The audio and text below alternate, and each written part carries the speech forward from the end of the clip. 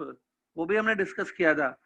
RF तो आप use कर ही सकते हो, बट एक और फॉर्मूला हमने डिराइव किया, that torque acting on entire rotating body it is given bye I alpha. ठीक है, I is a moment of inertia of that body and alpha is the angular acceleration of that body. मैंने कहा था ये जो formula है torque equal I alpha, it plays the same role as that of ma। जैसे ma होता है वैसे ही ये है। ठीक है, ठीक है, आज थोड़ा इससे आगे बढ़ते हैं। अब जो टॉपिक मैं बता रहा हूँ वो एक्चुअली 11th स्टैंडर्ड में हो चुका होगा, it is been done in the 11th standard, but मुझे पूरा यकीन है कि आपने थोड़ा भूल चुके होंगे उस टॉपिक को। वो टॉपिक जो मैं अभी करा रहा हूँ वो नीट और जेई एग्जाम्स के लिए काफी यूजफुल है, स्टूडेंट को कभी वो भूलना नहीं चाहिए फिजिक्स में, इसलिए मैं आज फिर से वो करा देता हूँ। But it has been actually done in the 11th standard से। इसमें क्योंकि वो टॉपिक इसी से रिलेटेड है तो मैं अभी कवर कर लेता हूँ। See, alpha is the angular acceleration, right. Alpha की एक फॉर्मूला होती है omega 2 minus omega 1 divided by T. ये है change in angular velocity divided by time is equal to angular acceleration. ठीक है, इसमें आप ऐसे मान लो कि ओमेगा 1 जो है it's a initial velocity, omega 2 final velocity of the body, rotating body. ठीक है, एक रोटेटिंग बॉडी है जो ओमेगा 1 स्पीड पे घूम रही है। ठीक है, फिर उसकी स्पीड चेंज हो गई टू ओमेगा 2। ठीक है, स्पीड अपने आप नहीं चेंज हुई है, आपके टॉर्क की वजह से चेंज हुई होगी। स्पीड चेंज करने के लिए भी टॉर्क लगता है। Speed changes from omega 1 to omega 2 in the time of T. So everybody knows this formula. इस फॉर्मूला को थोड़ा मॉडिफाई करके हम लोग ऐसे लिख सकते हैं, alpha T equals to omega 2 minus omega 1। थोड़ा और मॉडिफाई करें, so omega 2 equals to omega 1 plus alpha T. ये फॉर्मूला आएगी ना, omega 2 equals to omega 1 plus alpha T. ठीक है, ये फॉर्मूला बिल्कुल सिमिलर है to the formula v equals to u plus at। जैसे v equals to u plus at formula है वैसे ये फॉर्मूला है, दोनों सिमिलर है। v is a final velocity, here omega 2 is a final angular velocity, u is the initial linear velocity, omega 1 is the initial angular velocity। a की जगह alpha आ रहा है, t की जगह कोई नहीं आता है, टाइम का रोल टाइम ही प्ले करता है। ठीक है, तो आई होप आपने ये फॉर्मूला भी देखी है। ठीक है, you have seen this formula, I hope so। ठीक है, so remember इस इक्वेशन को आप बोलते हो kinematical equation, first kinematical equation. तो ये फॉर्मूला जो मैंने लिखी है ये ट्रांसलेशन मोशन में यूज होती है, और ये जो फॉर्मूला मैंने लिखी है it is use in the rotational motion. ठीक है, आगे बढ़ते हैं। See, you might have seen this formula also, ये फॉर्मूला भी देखा होगा, s equals to ut plus half at square. ये फॉर्मूला भी है ना, जो इस फॉर्मूला का रोल है। ठीक है, वैसे ही रोटेशनल मोशन में if you are in the rotation motion ये फॉर्मूला थोड़ी चेंज हो जाती है रोटेशन के लिए। s क्या है, डिस्प्लेसमेंट ना, तो रोटेशन में क्या आता है, रोटेशन में एंगुलर डिस्प्लेसमेंट आएगा। In place of s we will have a displacement but angular displacement. See, अगर ये एक रोटेटिंग बॉडी है, ठीक है, ये आप कोई भी एक पार्टिकल ले लो अंदर, take one particle of mass m, join it like this, ये इसका रेडियस है। ठीक है, अब होता क्या है, if you give time t to the body, t time आप बॉडी को दो, तो इस टाइम में ये बॉडी आगे मूव तो नहीं करेगी, it will not move this way. ठीक है, तो डिस्प्लेसमेंट s तो नहीं आएगा, लेकिन विद इन टाइम t ये जो पार्टिकल है वो घूम के लेट से इधर आ गया, it came from here to here ऐसे। ठीक है, तो ठीक है, तो इसने जो रेडियस ने जो एंगल कवर किया है, see this angle which covered by radius, see this angle,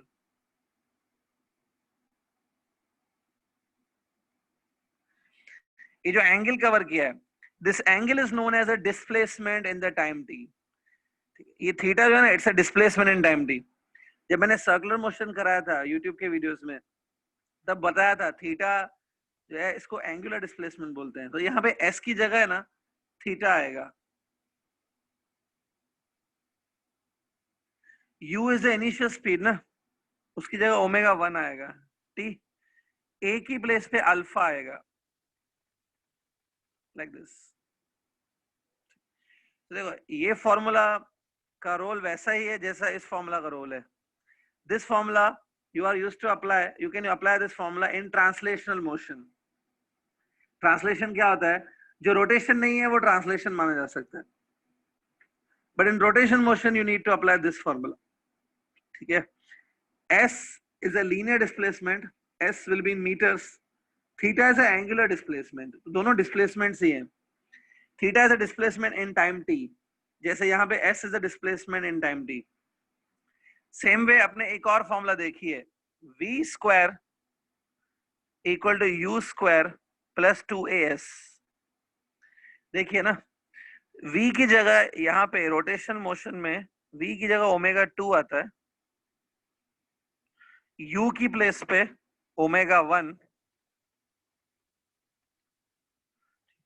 a की प्लेस पे अल्फा,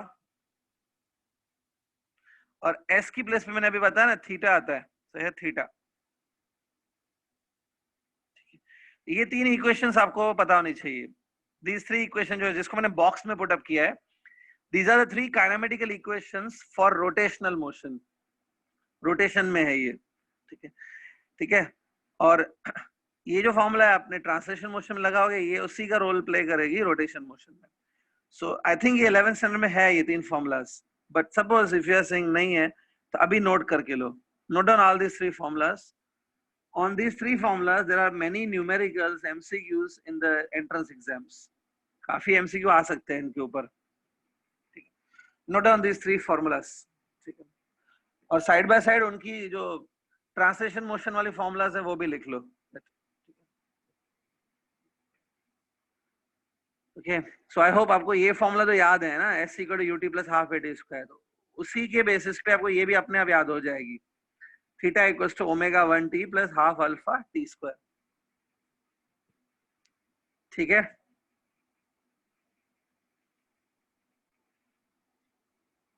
क्लियर? चलो एक काम करते हैं, जैसे मैंने बताया ये इंपॉर्टेंट टॉपिक है, एंट्रेंस एग्जाम्स में तो खास करके इंपॉर्टेंट है। तो जैसे कि इंपॉर्टेंट है, हम लोग क्या करेंगे, before I go to next topic, let's do one problem on this formulas. एक न्यूमेरिकल छोटा सा कर लेते हैं, ठीक है? Note down the question. मैं ओरली बता रहा हूँ, just I am dictating, you write down. देखो, a fan starts from rest, a fan starts from rest and covers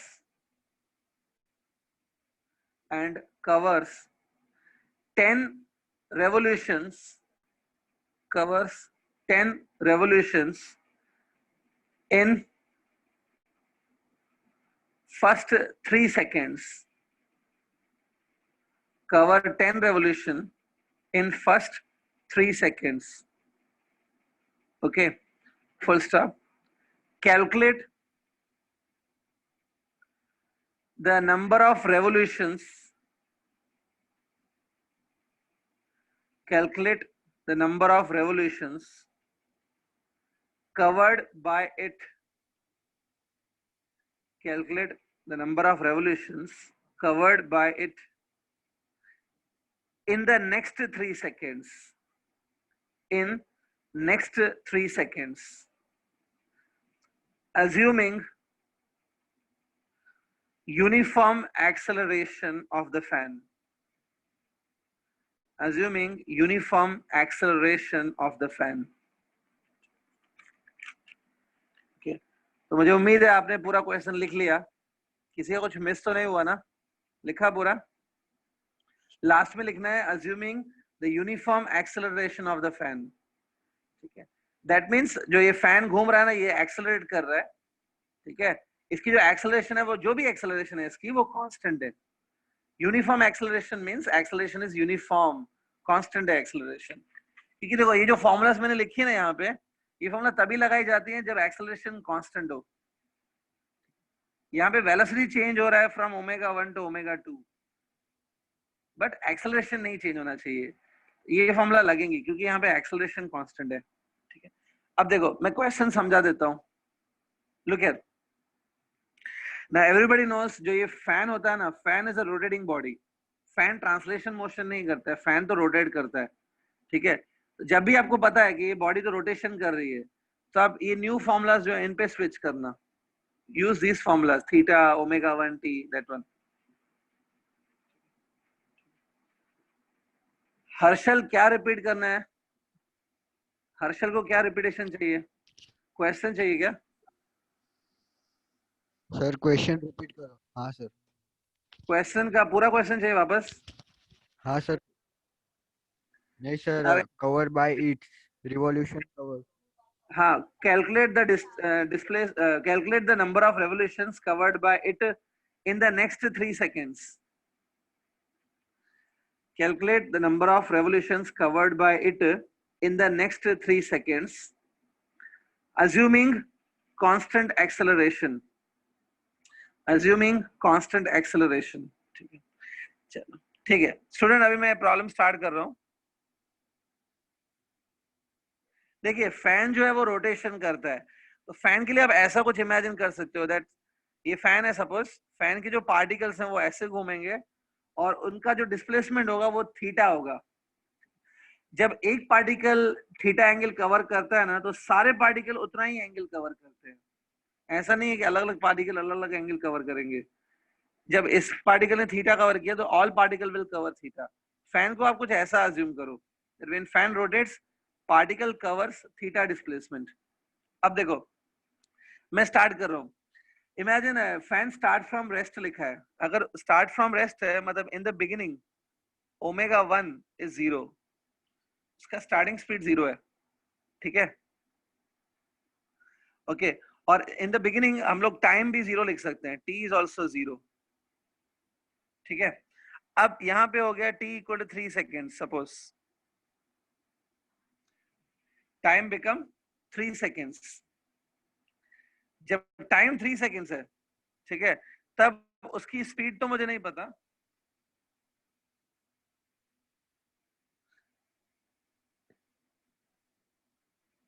sorry, हाँ, जब टाइम 3 सेकेंड है तब मुझे स्पीड तो नहीं पता, लेकिन ये पता है कि जब टाइम 3 सेकेंड हुआ है तब तक उसने 10 रेवोल्यूशंस कवर किए ना. It has covered the 10 revolutions. ठीक है.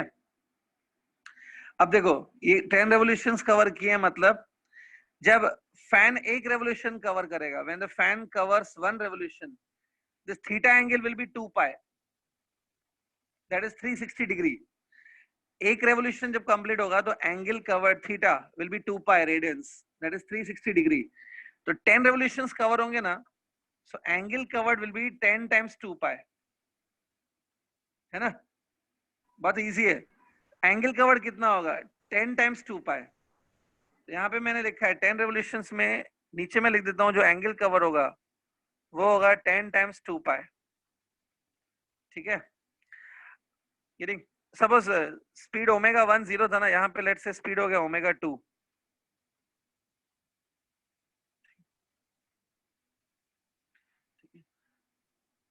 हाँ, उसके बाद अभी देखो नेक्स्ट 3 सेकेंड मतलब total time will become 6 seconds. ये नेक्स्ट 3 सेकेंड्स है. लेट्स से नेक्स्ट 3 सेकेंड में I don't know how many revolution it made. Let's say it made n revolutions. यहाँ पे लिखा है ना 10 रेवोल्यूशंस, ये है नेक्स्ट 3 सेकेंड्स. नेक्स्ट 3 सेकेंड में इट मेड n रेवोल्यूशन. हमको ये n ही फाइंड आउट करना है. We need to find this n. ठीक है. तो n रेवोल्यूशंस कवर किए. अभी जैसे मैंने बताया कि एक रेवोल्यूशन में अगर एक रेवोल्यूशन मारता है फैन तो एंगल कवर्ड इज 2 पाई. ठीक है, एंगल कवर्ड इज 2 पाई एक रेवोल्यूशन में. तो n रेवोल्यूशंस में angle covered will be n time 2 पाई. ये एंगल कवर्ड है, ये थीटा है, थीटा. ठीक है. और लेट्स से फाइनल स्पीड हो गई ओमेगा 3. तो ये डायग्राम थोड़ा समझने की कोशिश करो. Fan start from this speed, in the 3 second it reaches here bye covering this much angle. ये डिस्प्लेसमेंट है इसका. इन the next 3 second the fan reaches here, और उसमें जो उसका डिस्प्लेसमेंट है दैट इज थीटा, वो ये है. इसमें हमें n को फाइंड करना है. तो अगर आप इस क्वेश्चन को ध्यान से देखोगे ना तो आपके पास दो चीजें हैं, एक तो डिस्प्लेसमेंट है और दूसरा टाइम है, displacement and time. So better हम लोग ये इक्वेशन यूज करेंगे, इसमें ना डिस्प्लेसमेंट थीटा और टाइम टी, यहाँ पे थीटा है बट टी का टर्म नहीं है। So better will go for the second equation. ये फॉर्मूला लिखो, theta equals to omega 1t plus half alpha T square. अब देखो theta is a displacement, if I apply this formula for first 3 second, पहले 3 second के लिए ये formula लगाओ, तो displacement in the first 3 second is this much, I think it is 20 pi, displacement is 20 pi,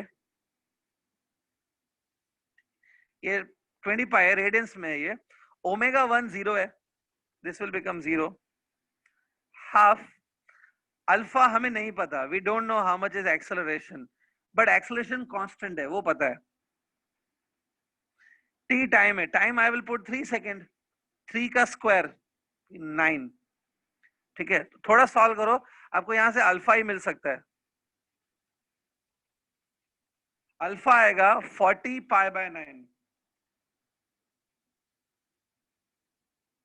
yes, कुछ student answer दे रहे हैं, well done, easy है, अल्फा इतना आएगा 40 पाई बाय 9।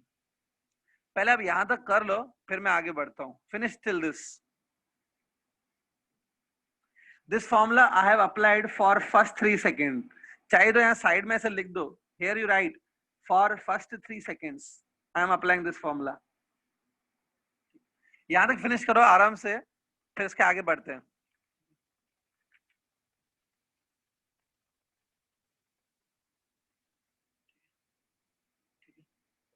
जिनका ये हो गया, दोस्तों फिनिश, वापस आप ये फॉर्मूला लिखो, राइट दिस फॉर्मूला अगेन।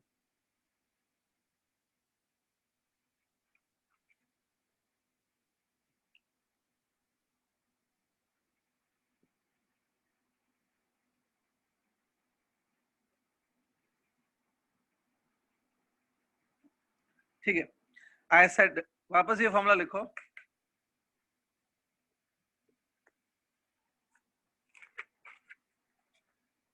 ठीक है, right on this formula again.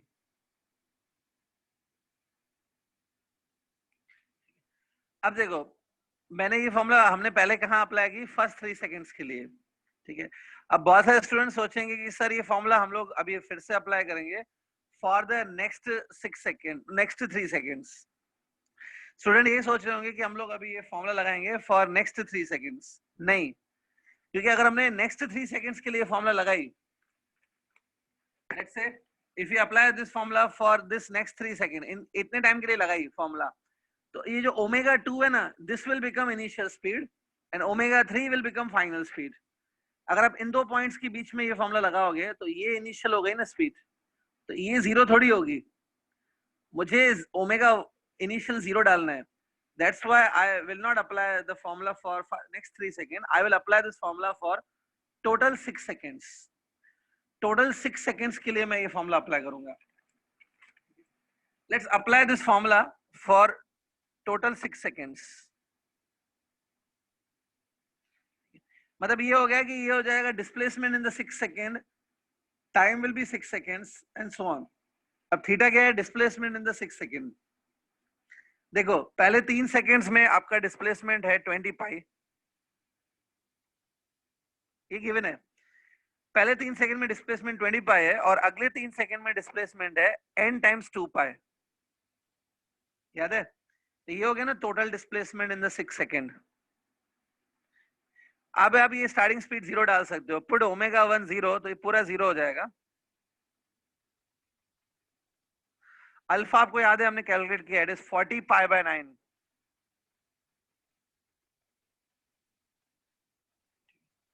कुछ स्टूडेंट आंसर निकाल रहे हैं, वो आंसर 80 पाई 40 पाई, देखो बेटा आपको n निकालना है, n is a number of revolutions, n पाई में नहीं आएगा, n इज जस्ट नंबर, पाई के टर्म्स में n नहीं आएगा। अल्फा आप डालो 40 pi by 9 and t is a time, t time है ना, टाइम कितना डालेंगे 6 सेकेंड, 6 का स्क्वायर होगा इट्स 36। ठीक है, अब देखो कोई भी इसको सॉल्व कर सकता है. Pi pi will get cancel, pi will be cancel from all terms. It is 20 plus 2n equals to, यहाँ पे आप थोड़ा सा सॉल्व करो, ये 80 पाई आएगा, 80 पाई. ठीक है, इजी है.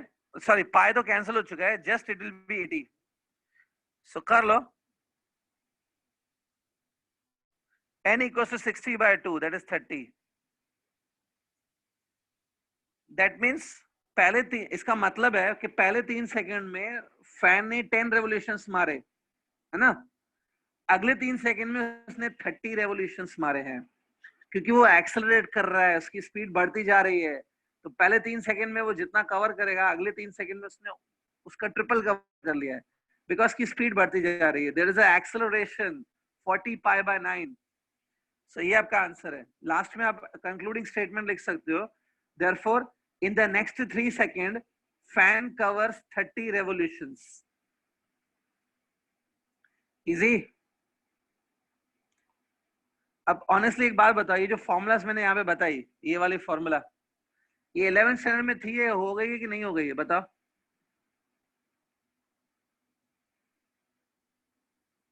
Is it covered in 11th standard, ये वाली?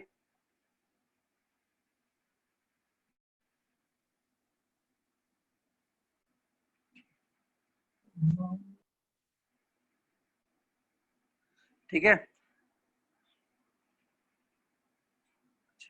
अब थोड़ा याद रखो ये फॉर्मूला. अच्छा नहीं भी हुआ है तो अभी इसको याद रखो. It's like s equal to ut plus half at square. ठीक है, सो आई होप ये समझ गया आपको. अब आप इन इक्वेशंस को थोड़ा ध्यान में रखना, always keep this in mind. ठीक है, अब मैं आगे नेक्स्ट टॉपिक पे जा रहा हूँ. It's a next topic plus plus it is almost last topic of this chapter. Next topic है, see to it carefully. Next topic है एंगुलर मोमेंटम. एंगुलर मोमेंटम, ठीक है. Angular momentum is denoted by the symbol L.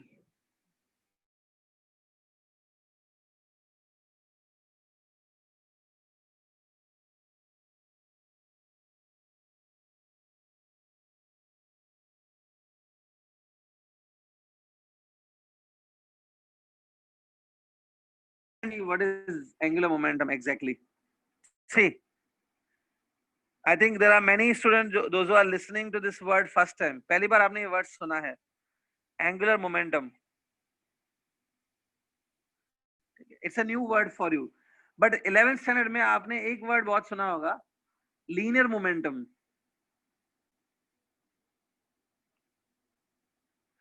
Angular momentum may be the new word for you, but ये word new नहीं होना चाहिए. Linear momentum. Linear momentum. Linear momentum. It's taught in the 11th standard. Linear momentum का जो role है ना, whatever is a role of linear momentum in the translation motion. Linear momentum के बारे में भी मैं बताऊंगा अगर आपको भूल गया है तो. लीनियर मोमेंटम का जो रोल है ट्रांसलेशन मोशन में, same role is played by angular momentum in the rotational motion.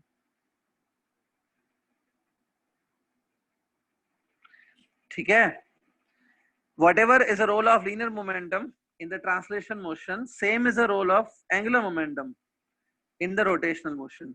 ये आता है 12th स्टैंडर्ड में.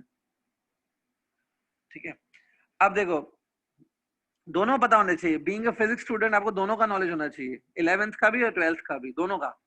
तो मैं हम दोनों थोड़ा डिस्कस कर लेते हैं. What is linear momentum now?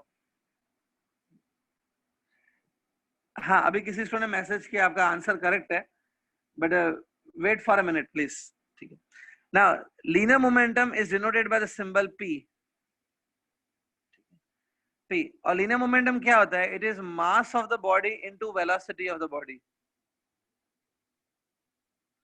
m into v, mass into velocity of the body. ठीक है, फिलहाल मैं आपको एंगुलर मोमेंटम की फॉर्मूला नहीं बता रहा हूं, just it is denoted by L symbol. ठीक है, what is linear momentum? It is defined as mass and velocity of the body, product of mass and velocity. ठीक है, ऐसे ही एंगुलर मोमेंटम की भी एक फॉर्मूला होती है which we will discuss. But एक कंफ्यूजन स्टूडेंट के माइंड में ये होता है कि सर एक्चुअली लीनियर मोमेंटम या ये एंगुलर मोमेंटम एक्चुअली ये क्या है, what does actually linear momentum denotes.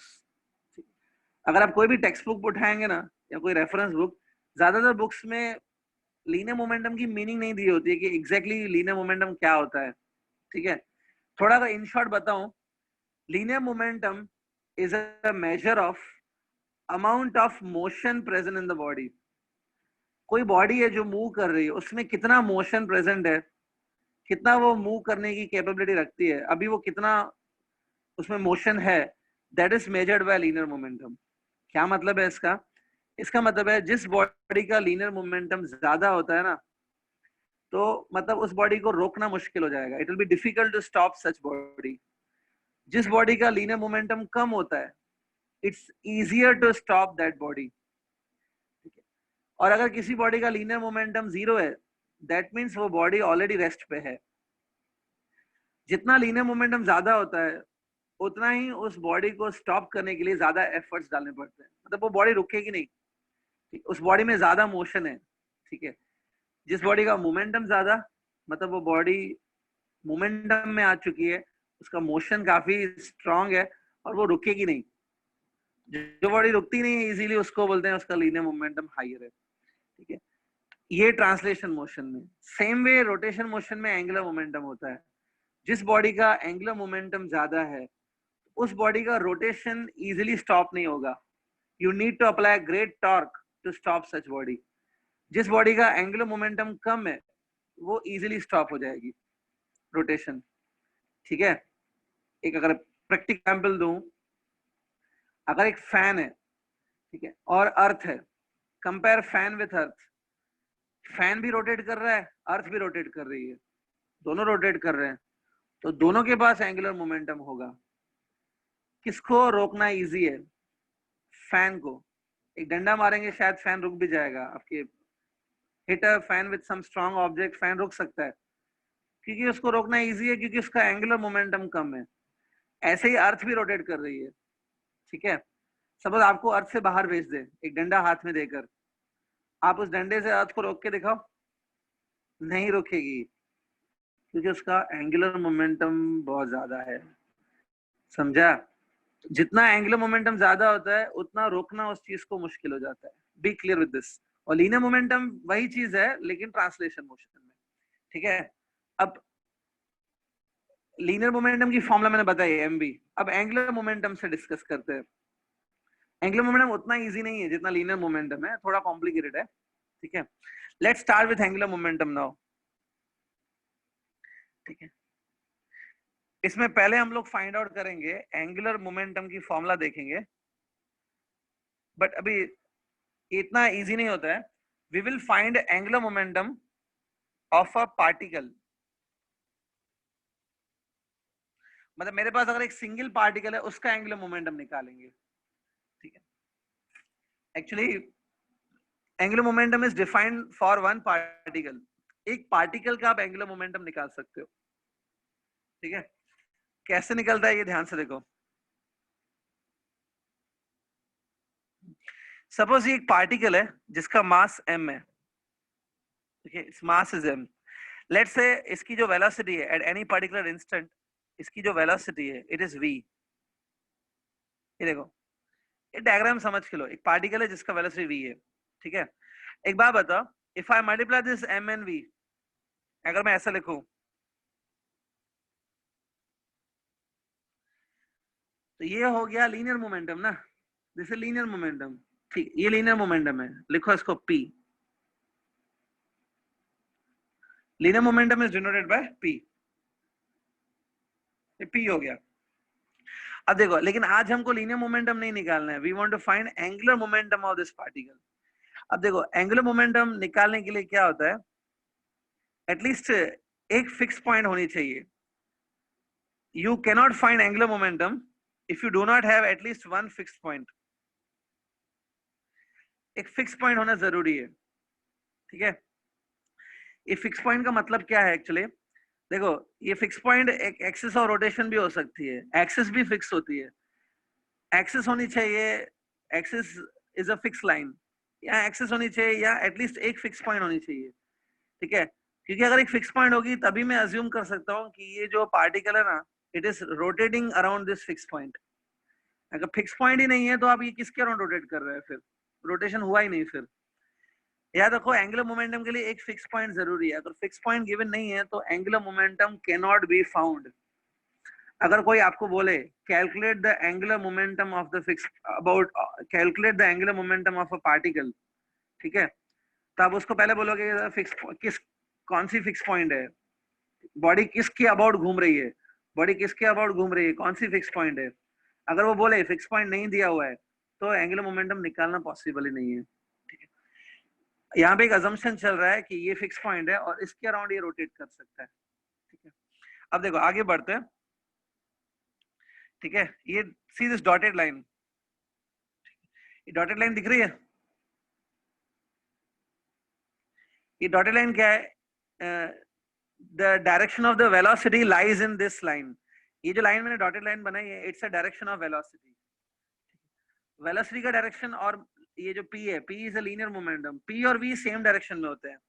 You can say ये जो लाइन है ना, it's a direction of v, it's also direction of p। ठीक है, ओके, अब देखो फिक्स पॉइंट से you draw one perpendicular on the fix line. ये देखो ऐसे,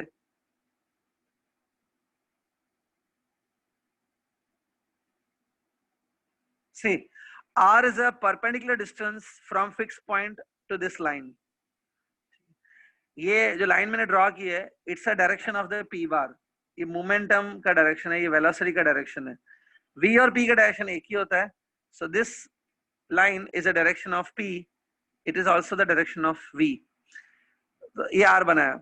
अब हमें क्या फाइंड करना है, याद है, we have to find angular momentum.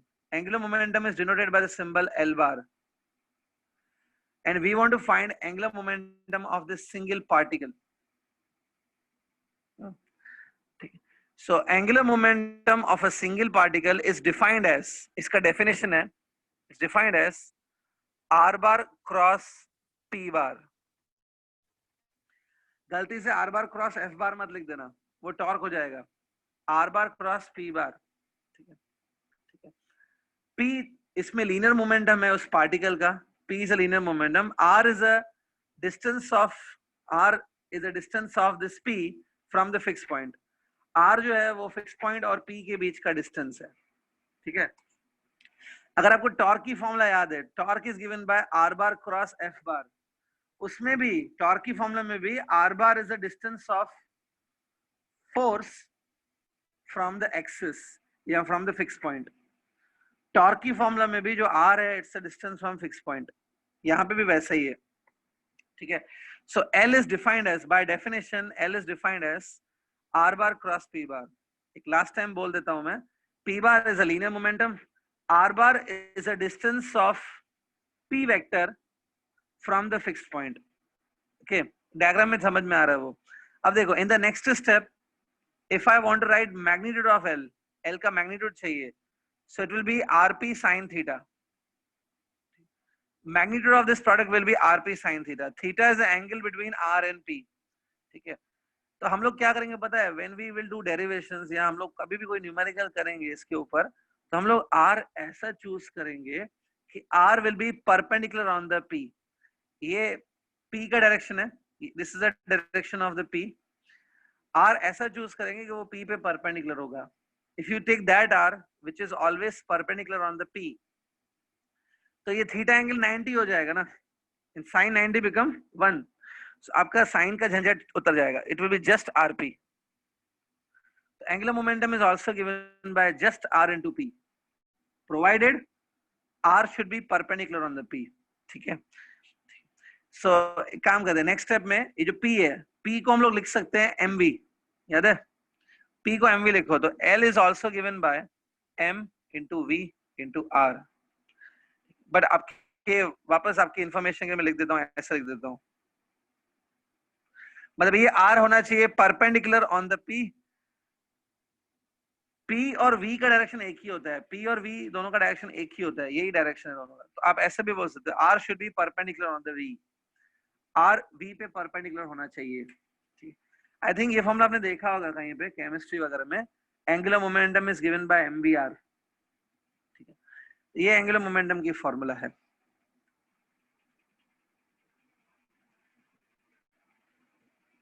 हाँ, आयुष कह रहा है थोड़ा सा रिपीट करके बताओ, थोड़ा आयुष का डिमांड है कि रिपीट दिस। हाँ ठीक है, जिन स्टूडेंट को डाउट है ना, ठीक है, एक बार मैं फिर से बोल देता हूँ। I am not writing anything, I am just speaking. आप डायग्राम देखो और जो मैं बोल रहा हूँ उसको सुनो। ठीक है, angular momentum of a particle we want to find out. ठीक है, एक पार्टिकल का एंगुलर मोमेंटम पहले निकालना है। एंगुलर मोमेंटम निकालने के लिए एक फिक्स पॉइंट होना जरूरी है।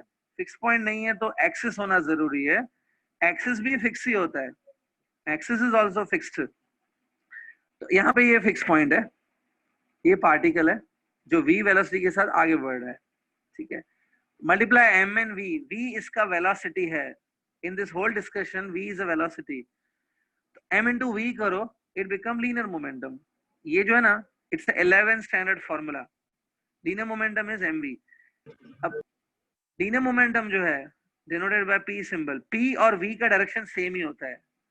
p and v do have a same direction, मैंने वो देखा है। ये देखो p और v दोनों का ये डायरेक्शन है, it's a direction of p and v।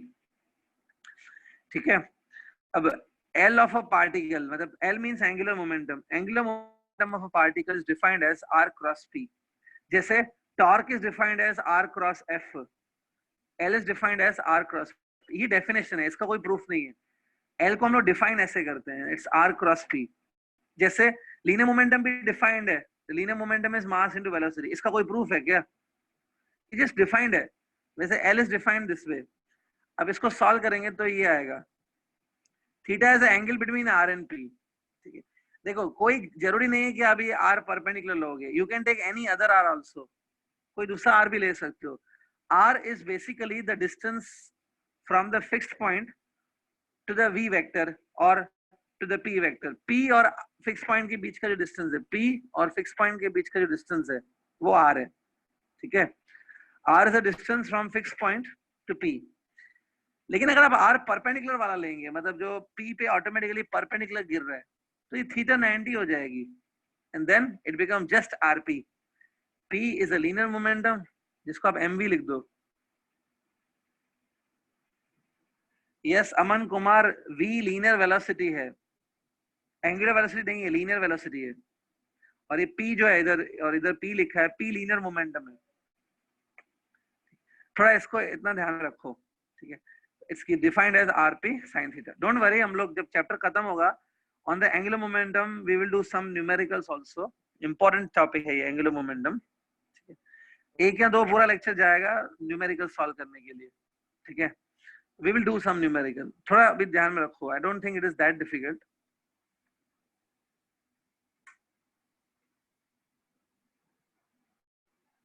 अमन कुमार, आपका जो डाउट है माइक ओपन करके पूछो। अमन कुमार को डाउट आ रहा है, क्या है? माइक ओपन करो। सर एंगुलर मोमेंटम के लिए एंगुलर वेलोसिटी क्यों नहीं लिया लीनियर वेलोसिटी के बजाय? देखो लिसन, देखो linear momentum is defined as m into v। इसमें तो आपको v आया हो कोई प्रॉब्लम नहीं है, यहाँ पे तो लीनियर वेलोसिटी आएगा क्योंकि ये p क्या है, लीनियर मोमेंटम है। अगर मैं ऐसा करूं कि लीनियर मोमेंटम की जगह पे एंगुलर मोमेंटम ले लूं, m की जगह i ले लूं, तब आप मुझे बोल सकते हो ना कि सर v की जगह ओमेगा क्यों नहीं लिया। मैंने ये फॉर्मूला ही नहीं ली है, l कुछ अलग ही तरीके से हमने डिफाइन किया है। ओमेगा जो आप बोल रहे हो एंगुलर, वो आएगा अभी, it's another formula, omega will come. फिलहाल ओमेगा क्यों नहीं आ रहा है? फिलहाल क्योंकि मैंने इस फॉर्मूला को ही ऐसे नहीं किया कि इसी फॉर्मूला की जगह मैंने एल का फॉर्मूला लिखा, जो आप सोच रहे हो वी की जगह ओमेगा क्यों नहीं लिखा। आई एम नॉट, मैं इस फॉर्मूला को यूज नहीं किया है, मैंने अलग से एल को डिफाइन किया है। अब वेट करो, ओमेगा आ जाएगा आगे चल के। As of now you go with this. Student I think ये क्लियर है अभी। चलो आगे बढ़ते हैं अभी। Right now we are discussing angular momentum.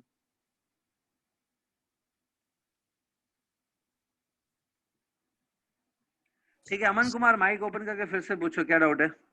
वो आपने बोला ना एंगुलर मोमेंटम तो वैसा उसका प्रैक्टिकल मतलब क्या क्या होता है, जैसे आपने लीनियर मोमेंटम का बोला था वैसे? जब मैंने लीनियर मोमेंटम का प्रैक्टिकल मतलब बताया तब मैंने एंगुलर मोमेंटम का भी बताया। वो नहीं बताया कि एंगुलर मोमेंटम जिस बॉडी का ज्यादा होता है ना, तो उससे हमको ये जजमेंट आती है कि उस बॉडी का रोटेशन स्टॉप करना डिफिकल्ट होगा।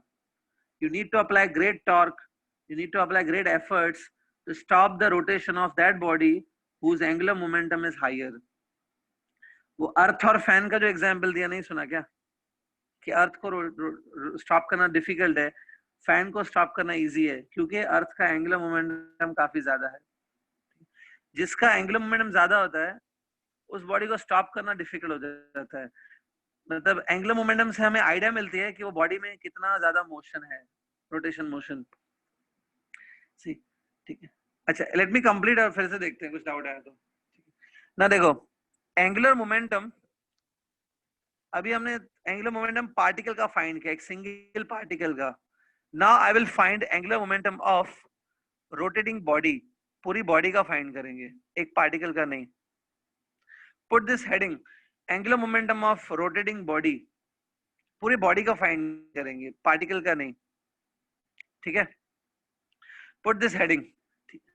चलो, ये एक डेरिवेशन है which can come in the exam, तो मैं डेरिवेशन स्टार्ट कर रहा हूं, you can also go along with me. Suppose it's a body of any shape, it's a body of any shape and this body is rotating around an axis.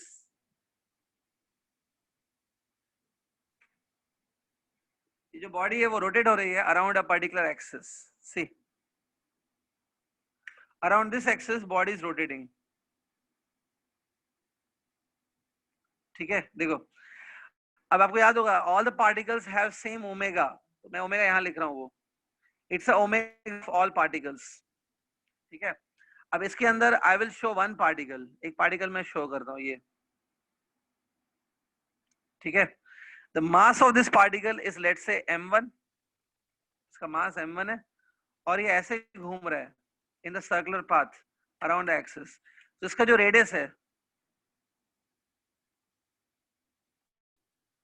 इसका जो ये radius है, it is r1, radius है r1। I can say that r1 is a distance of this particle from axis. r1 is the distance of this particle from axis. ठीक है, okay. अब इस particle का जो लीनियर वेलोसिटी है, क्योंकि circular motion में जब ये घूमता है, इसका जो लीनियर वेलोसिटी है, linear velocity is v1। Last lecture में बताया था that linear velocity is tangent on the path. तो देखो मैंने टेंजेंशियल बनाया। ठीक है, now I can write this equation that v1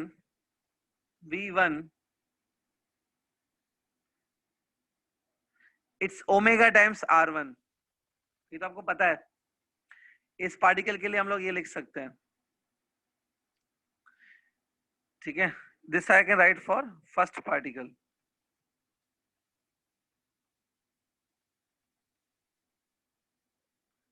ठीक है, मेरे साथ आप भी कंप्लीट करते जाओ, कुछ इतना डाउट नहीं आएगा, it is easy. Now I will find out the angular momentum of this single particle, क्योंकि हमारे पास फॉर्मूला है एंगुलर मोमेंटम पार्टिकल का निकालने के लिए, तो that I will apply. Now I will find out angular momentum L, I will find L angular momentum of this first particle, तो उसको मैं L1 लिखता हूं। ठीक है, अब आपको फॉर्मूला याद होगी एल की फॉर्मूला है mvr, याद है? m is the mass of this particle, v is the linear velocity of the particle, r is a perpendicular distance of the v from the fixed axis। तो यहाँ पे भी आप देखोगे ना, तो ये जो आपने डायग्राम में r दिखा है, ये r is a perpendicular distance of v from the fixed axis। r already v के ऊपर परपेंडिकुलर है, radius and tangent are perpendicular to each other ना।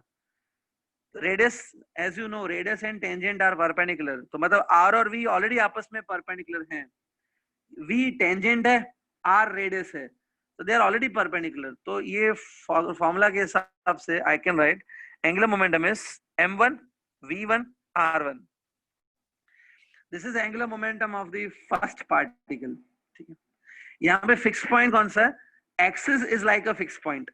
एक्सिस पे आप कोई भी पॉइंट ले लो, ये वाला, it is like a fix point, ठीक है। ये इसका एंगुलर मोमेंटम हुआ, किसका? फर्स्ट पार्टिकल का। Now this m1 will be as it is, ये m1 will be as it is. v1 को हम लोग ये लिख सकते हैं ना, in place of v1 you write this one, ये लिखो v1 की जगह पे, क्या लिखेंगे v1 की प्लेस पे? Omega times r1।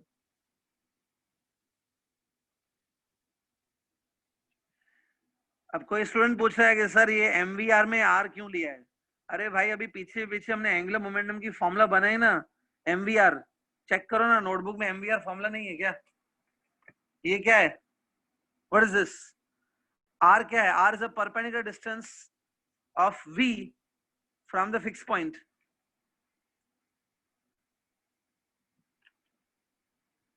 R1 क्यों लिया है? कुछ स्टूडेंट बोले ऐसा R1 क्यों लिया है, तो R2 ले लूं क्या? अगर आप फर्स्ट पार्टिकल की बात कर रहे हो, फर्स्ट पार्टिकल का रेडियस है R1, उसका मास है m1, वेलोसिटी है v1। सेकेंड पार्टिकल का रेडियस होगा R2, मास m2, velocity v2। First particle के लिए मैं कर रहा हूँ, I am doing for first particle, ठीक है।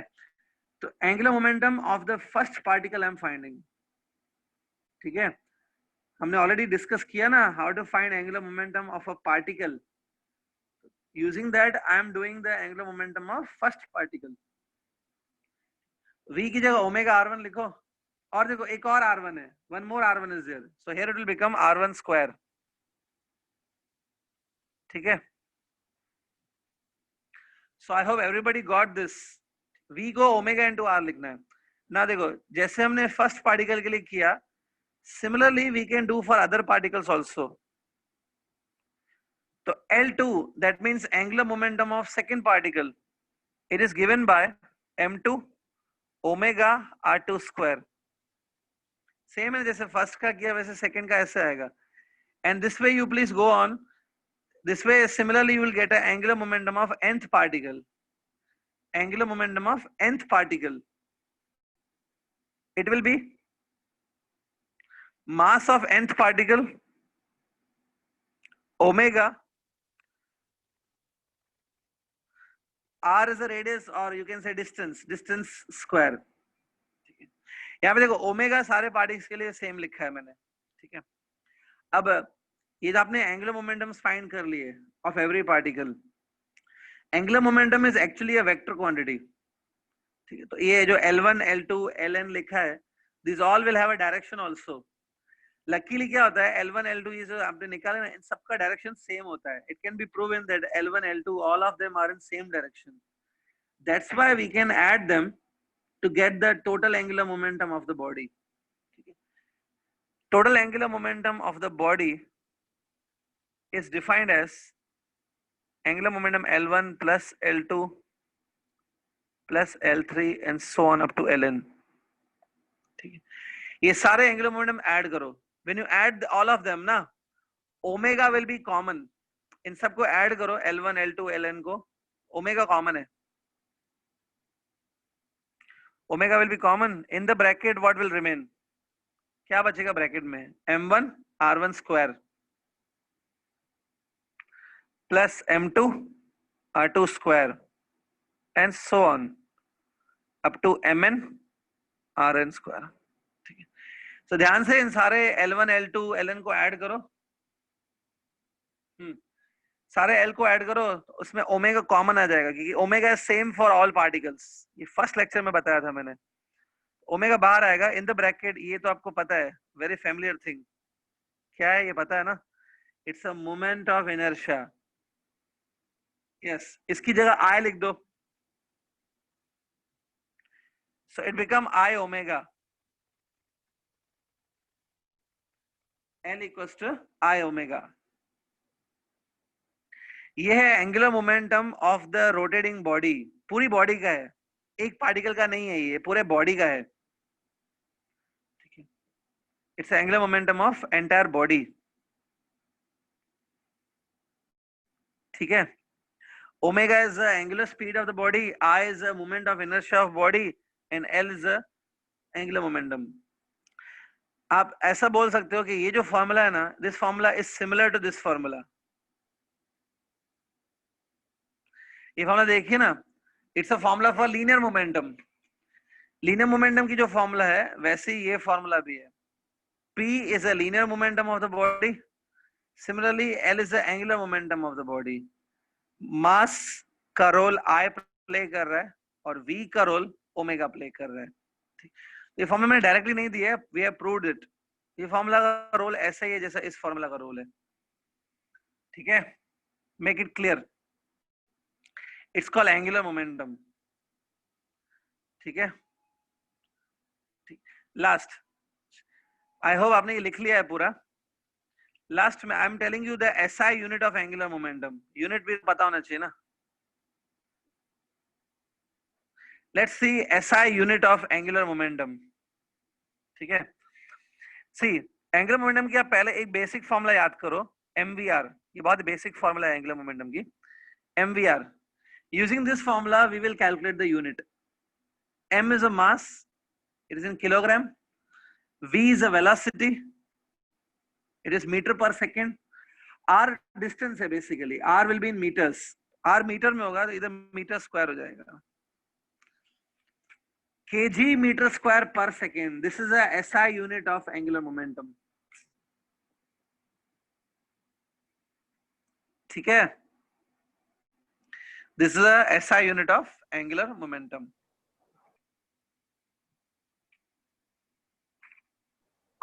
Clear? Got this?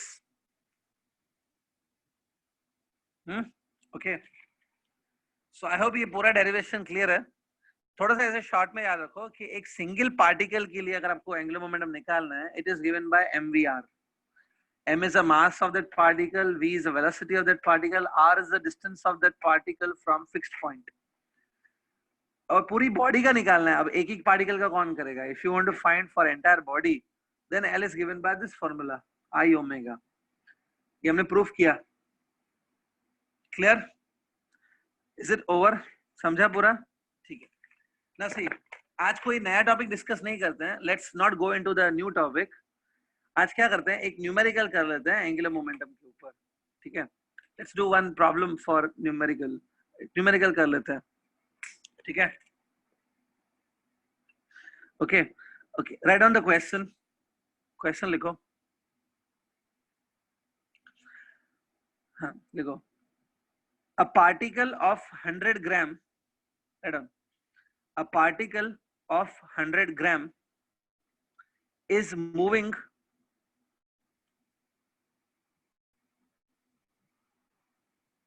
जो स्टूडेंट लेफ्ट कर रहे हैं आपको कल मैं पकड़ूंगा आपको. अभी लेक्चर खत्म नहीं हुआ. आई am doing a numerical. Don't leave. हाँ, मैं ये बोल रहा हूँ, a particle of mass 100 gram is moving on a line, is moving on a line y is equal to 2x plus 4. मैं यहां पे लिख रहा हूं, is moving on a line y is equal to 2x plus 4. It's a equation of the line. ये line की equation है. इस लाइन पे वो पार्टिकल मूव कर रहा है. ठीक है, फुल स्टॉप.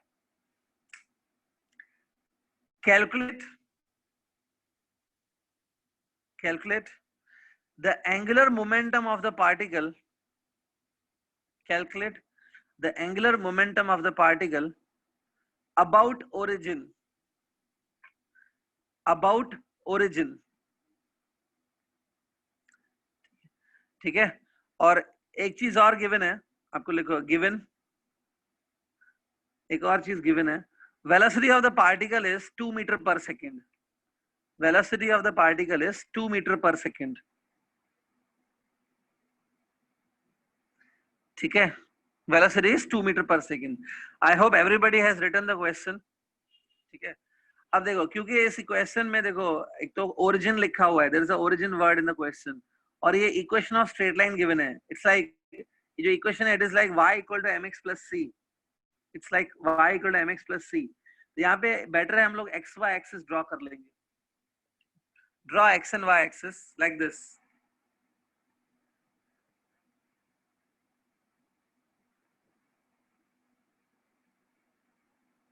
ऐसे ड्रॉ करो।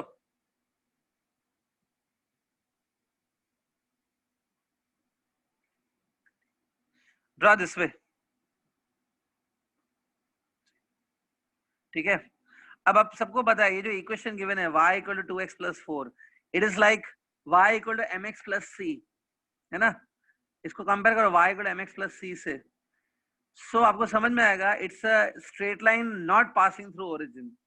It's a equation of straight line not passing through origin. और इसका y इंटरसेप्ट कितना है, this 4 is a y intercept ना। इसको इससे कंपेयर करो y equal to mx plus c से, c कितना है 4 है।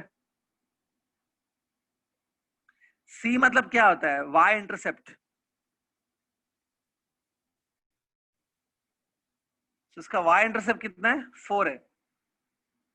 ठीक है, अमन कुमार आंसर मैं थोड़ी देर बाद बताता हूँ, जस्ट वेट। y इंटरसेप्ट 4 है, तो इसका मतलब है, चलो मैं ये स्ट्रेट लाइन बना के दिखाता हूँ। See this straight line, see suppose ये एक स्ट्रेट लाइन है जिसका इक्वेशन है y equals to 2x plus 4। ठीक है, क्योंकि इसका y इंटरसेप्ट 4 है, तो ये y एक्सिस को कहां पे कट करेगी, 4 पे कट करेगी ना, मतलब दिस लेंथ मस्ट बी 4। अब इस पूरे लाइन पे पार्टिकल कहीं पे भी हो सकता है, even we don't know where is a particle. Let's say particle यहाँ पे है, वो कहीं पे भी हो सकता है, लेकिन वो इस लाइन पे ही मूव कर रहा है, तो this will be the direction of velocity.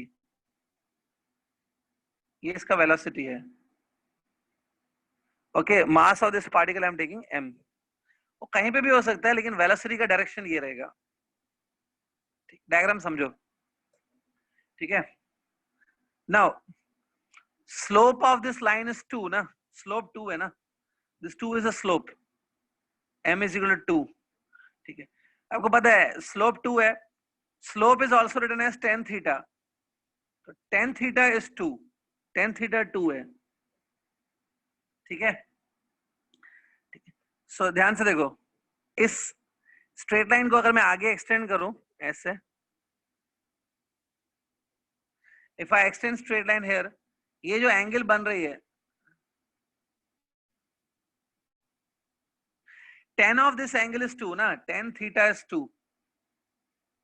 ये स्लोप 2 है, मतलब tan of this angle is 2।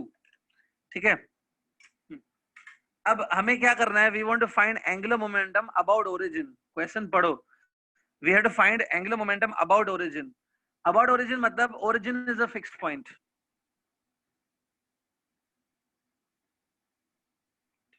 Take origin as a fixed point. So I hope ये क्वेश्चन समझ गया पूरा। ये डायग्राम बना के लो पहले, ड्रॉ दिस डायग्राम फर्स्ट।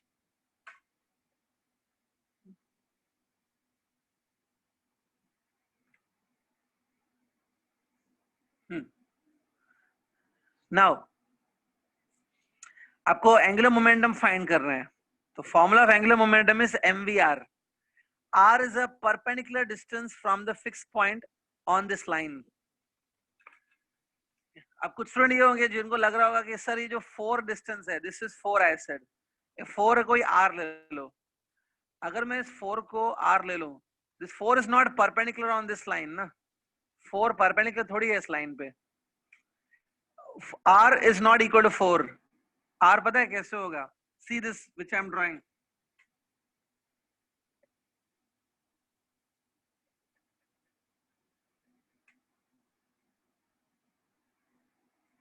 सी ये r है, r is a perpendicular distance from the fixed point till this line। ये लाइन से फिक्स पॉइंट का जो परपेंडिकुलर डिस्टेंस है वो ये है, ये 4 थोड़ी होगा, परपेंडिकुलर डिस्टेंस ये है। तो हमारा पहला टारगेट है कि हमको ये r फाइंड करना पड़ेगा, we need to find this r। ठीक है, ठीक है, तो सिंपल 2 मिनट में खत्म हो जाएगा, ध्यान से देखो जल्दी। ये थीटा है, यहाँ पे 90 डिग्री के एंगल है, it's 90 here, it's theta here. So ध्यान से देखो, this angle will be 90 minus theta.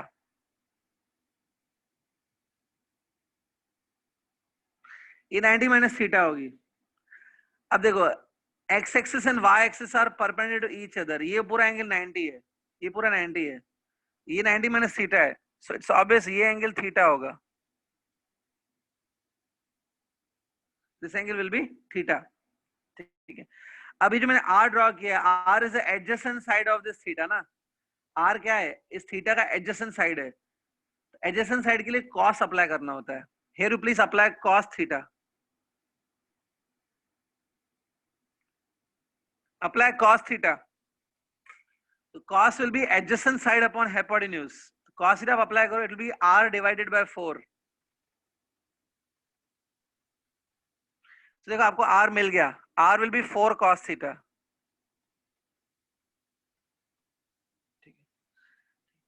अब प्रॉब्लम क्या है? cos theta की वैल्यू मेरे पास नहीं है, मेरे पास tan theta की वैल्यू है. ठीक है. सो आपको मैथमेटिक्स में सिखाया गया है कि अगर tan थीटा गिवन है तो उससे cos थीटा निकाला जा सकता है. एक ट्रायंगल बनाओ, एक इमेजिनरी ट्रायंगल बनाओ ऐसा, इसमें थीटा है ना. tan theta is how much? 2 ना. तो ये देखो इसका ऑपोजिट साइड 2 ले लो, एडजेसेंट साइड 1 ले लो. इसमें भी आप tan थीटा अप्लाई करो, आएगा 2. If you apply tan theta here it will come 2. Opposite upon adjacent is 2 upon 1. ठीक है. बाय पाइथागोरस थ्योरम इसका हाइपोटेन्यूज फाइंड करो, हाइपोटेन्यूज आएगा √5. ये ट्रायंगल रेडी है. इस ट्रायंगल में देखो tan थीटा अप्लाई करोगे आपका 2 आएगा आंसर, मतलब tan थीटा 2 है. इसमें आप cos थीटा अप्लाई करो, cos theta will be 1 by √5. cos theta will be 1 by √5. जिनका ट्रिग्नोमेट्री अच्छा है वो आराम से समझ जाएंगे. cos theta 1 by √5. देखो r मिल गया मुझे, r is 4 upon √5. Once I got r, now I want to find angular momentum. यहाँ पे ऐसा लिख दो about o. About o मतलब o fixed point है ना, तो उसको ऐसा लिखते हैं about o. मतलब o is considered as a fixed point. Angular momentum is given by this formula mvr. m is the mass of the particle, जो कितना है 100 grams है. 100 grams को आप किलोग्राम में कन्वर्ट करो तो it is 0.1 kilogram. Mass is 0.1 kilogram. v velocity कितनी गिवन है? 2 मीटर पर सेकेंड. तो वेलोसिटी 2 डाल दो. r is a perpendicular distance जो है 4 by √5. so सॉल्व करो, it is 0.8 upon √5. This is angular momentum of the particle. थोड़ा समझो.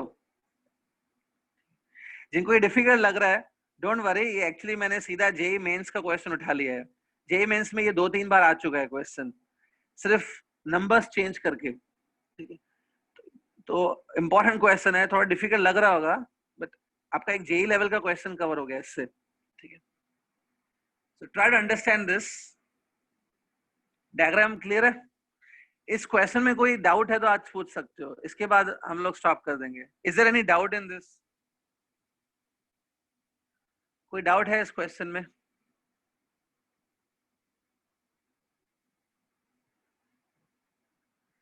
Is there any doubt in the numerical?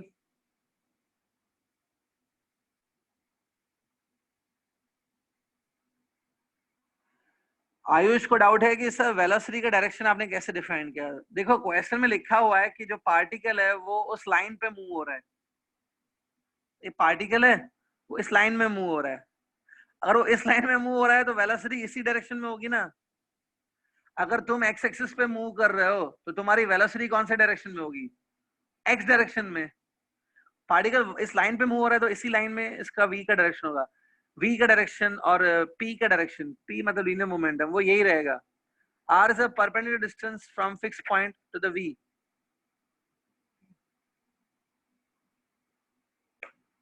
ये ट्रायंगल मेथड समझो. ये ट्रायंगल क्यों बनाया मैंने? tan थीटा गिवन है मेरे पास, tan theta is 2. Using tan theta I got the cos theta from this triangle. So I hope it's very clear now. Complete this and the remaining we will do tomorrow. ठीक है. कल के लिए मैं खाली एक होमवर्क इतना दे रहा हूँ कि आज जो भी सिखाया मैंने, ठीक है, आज जो भी सिखाया वो आप पूरा रिवाइज करके आओ। जो स्टूडेंट बीच बीच में लेफ्ट कर रहे हैं ना, लेफ्ट कर रहे हैं और फिर से आ रहे हैं, I don't know why they are lefting in the between, खास करके उन्हीं स्टूडेंट से मैं डाउट्स क्वेश्चंस पूछूंगा। आज जो भी पढ़ा है ना, कल मैं उस पर क्वेश्चंस पूछ सकता हूँ। So do revise and come. Tomorrow we will ask you questions on today's topic. Bye students.